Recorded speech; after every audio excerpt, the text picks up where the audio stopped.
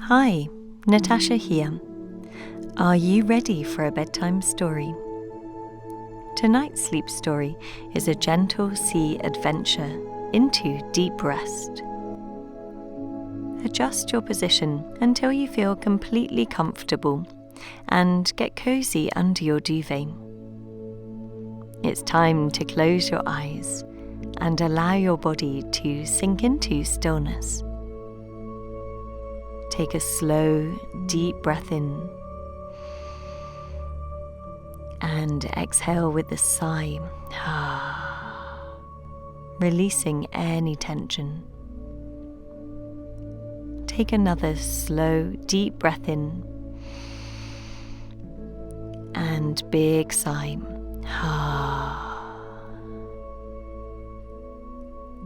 Feel your body become lighter and lighter.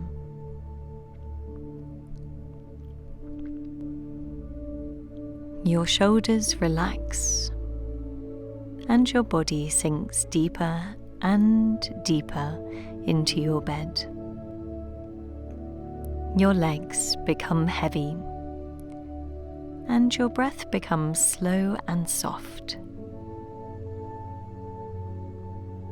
In tonight's imaginative sleep story, we will drift slowly out to sea, carried away by calm waters. And we will explore a world of wonder just beneath the waves. Our story begins on a quiet afternoon, far from the shore, where the land disappears into the horizon and the blue sky merges with blue water. A small wooden boat floated lazily on the still open water. At the stern of the boat sat a fisherman. His posture was relaxed but steady, shaped by years at sea.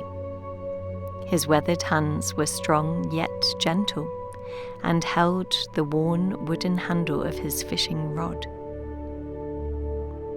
His eyes stayed fixed on the shifting water, and sometimes they even fell closed for a few minutes, before the fisherman shook himself awake once more. It was the waves, Joe told himself.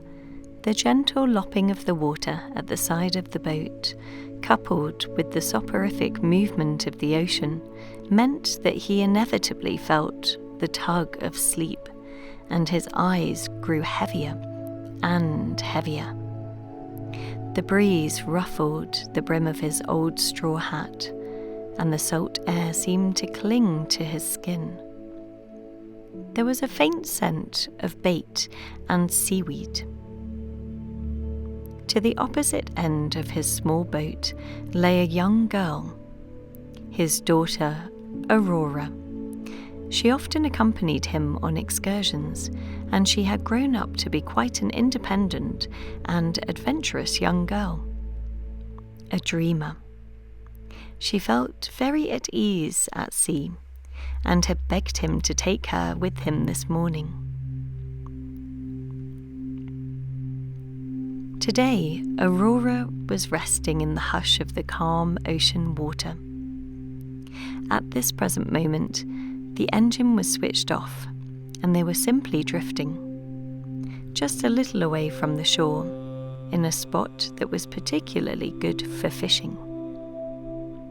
Aurora lay on her back, her arms tucked lazily behind her head as she rested against the warm, sun-kissed curvature of the boat and used a rucksack as a pillow. Aurora had found the perfect spot, where an old fisherman's blanket had been spread over a pile of coiled rope and worn canvas. The blanket, faded by the sun, carried the faint scent of sea air.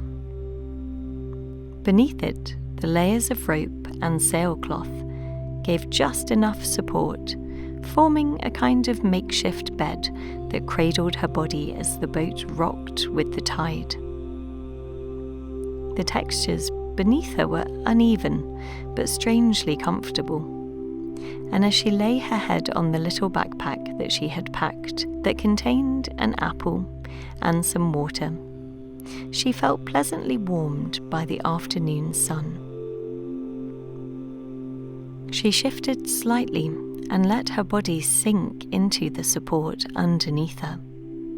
Her limbs were starting to feel heavy and relaxed. She glanced over at her father and saw that he had nodded off, his eyes closed and his body slumped forwards, and she giggled at the funny sight. Her giggle seeped into his subconscious, and he awoke again with a jolt. Aurora dipped her fingers into the water. It was cool and smooth like silk, with sudden cold patches that sent tingles up her arm. The sea sloshed around her, and the sky stretched above her, and in the cradle of the boat, Aurora felt perfectly at peace, as if the boat itself was a hammock and was rocking her to sleep or into a deeply relaxed state. She had made the perfect nook for her to drift off to sleep in. As the sun moved across the sky, the sun became soft and golden and cast a warm light across her skin. A light breeze brushed her face as she lay there, and the salty scent of the sea filled her nostrils. Her eyes began to slow blink, and suddenly, without effort, they were closed. The boat continued to rock back and forth with a lilting gait, and Aurora was lulled into deep relaxation by the rhythm of the ocean. The movement soothed her and reminded her of being rocked to sleep as a baby. Below her, the deep water was calm but mysterious. Waves rippled against the side of the boat. Their gentle lapping sound was the only sound she heard. She liked to pretend that it was the ocean whispering a lullaby to her, singing her to sleep. Aurora closed her eyes and let the peaceful surroundings envelop her. She felt at one with nature all around her.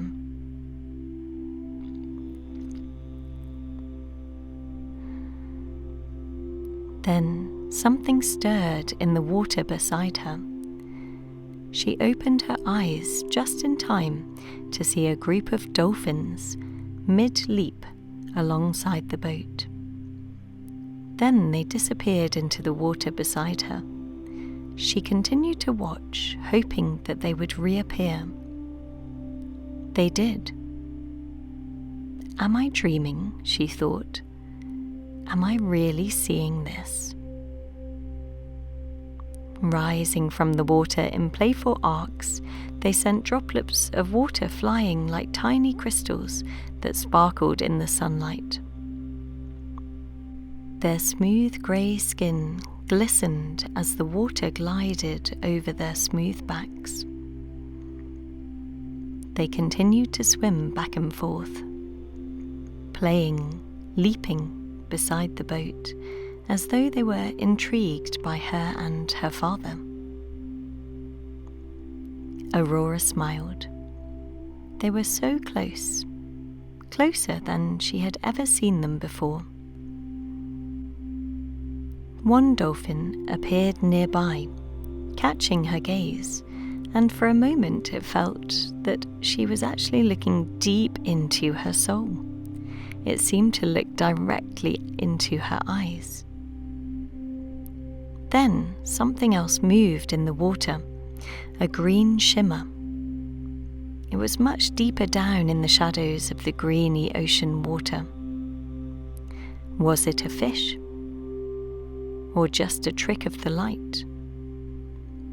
Aurora leant over the side of the boat, curious about what she had caught sight of, and peered into the water with greater concentration. Something compelled her to get a better look, and she decided to slip into the water. She glanced at her father, still unmoving and engrossed in his fishing. Although he had woken up again, he still looked rather sleepy, and she thought to herself that she would be back before he realized she had even gone. And so Aurora swung her legs over the side of the boat, dipping her toes in the water. Still holding the side of the boat, she took a deep breath in, and then dived forwards like a seasoned swimmer and disappeared beneath the surface. The water welcomed her, and she felt the sensation of the cool and refreshing water on her skin.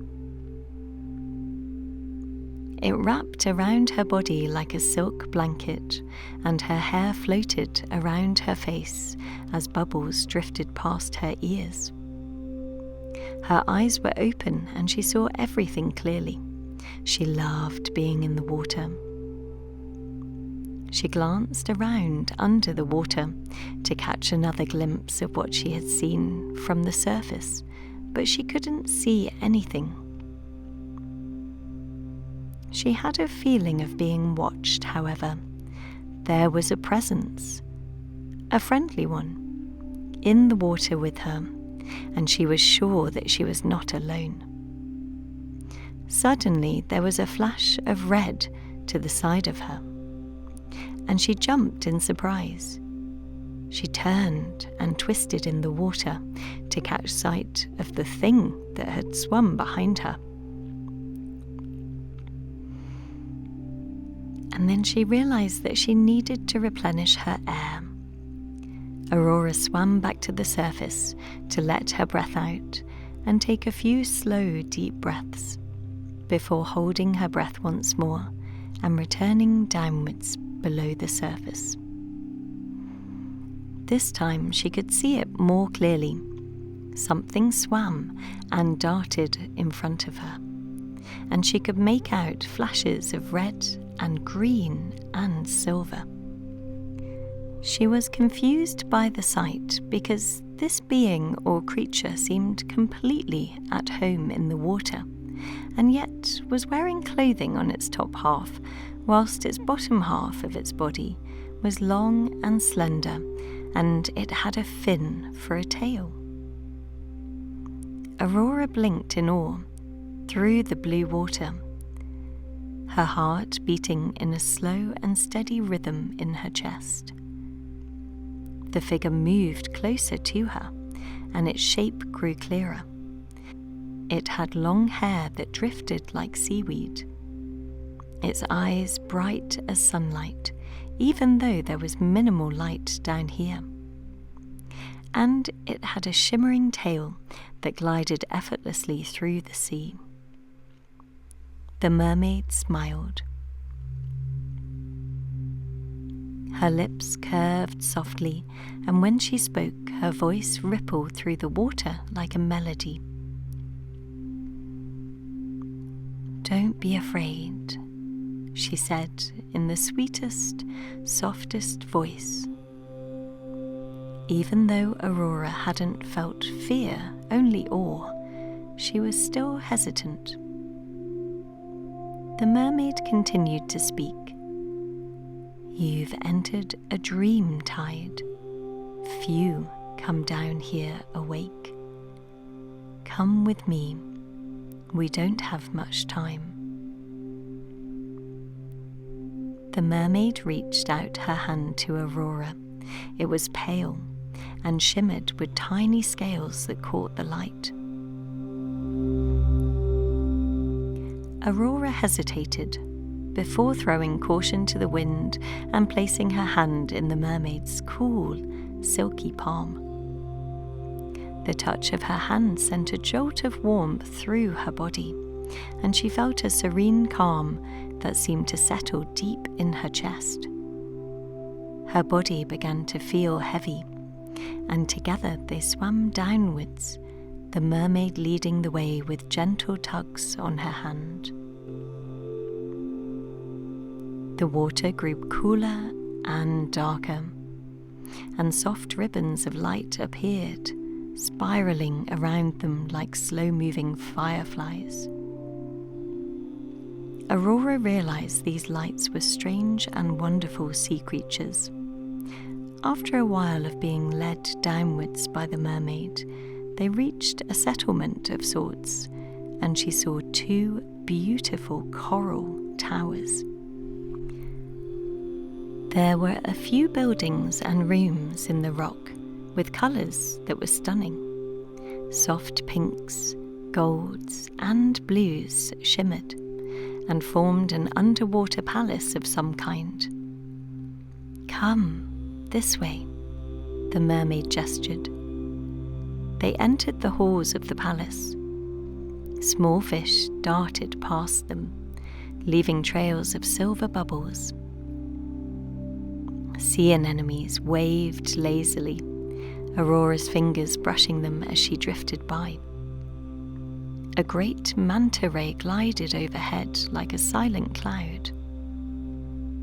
The mermaid guided Aurora into a space or courtyard, where the hallway opened up to a roofless space and the seagrass swayed in wide, slow motions. In the center stood a huge shell that sat open like a cradle, shimmering with an opal light at its middle. "Rest here," said the mermaid. "Let the sea hold you." As though knowing intuitively what she must do, Aurora settled into the shell. It was smooth and soft, and suddenly the faint hum of the ocean rumbled beneath her, syncing with her heartbeat. The mermaid began to hum in a low, soothing tone, which echoed through the water and filled Aurora with happiness. Her eyelids grew heavy, and slowly the glowing fish dimmed. The corals softened into dreamy shapes, and the light suddenly turned into dark. She felt herself drifting, not upwards or downwards, but inwards, into the space where dreams float like clouds and the world is undefined.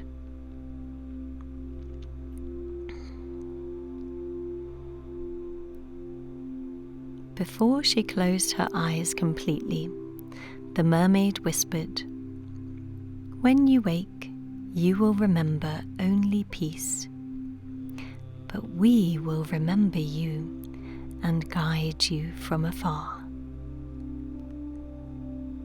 Aurora smiled and let go into sleep. "When you wake, you will remember only peace, but we will remember you and guide you from afar." Aurora smiled and let go into sleep. The song of the mermaid lulled her deeper and deeper, until she was no longer aware of where her body ended and the water began. And slowly she realized that the hum of the ocean was, in fact, the hum of the motor in her father's boat, and the sun was setting, and it was time to return to the shore. Aurora stirred and opened her eyes. She was curled up in a blanket, her hair damp with sea mist, and she realized that she had been dreaming.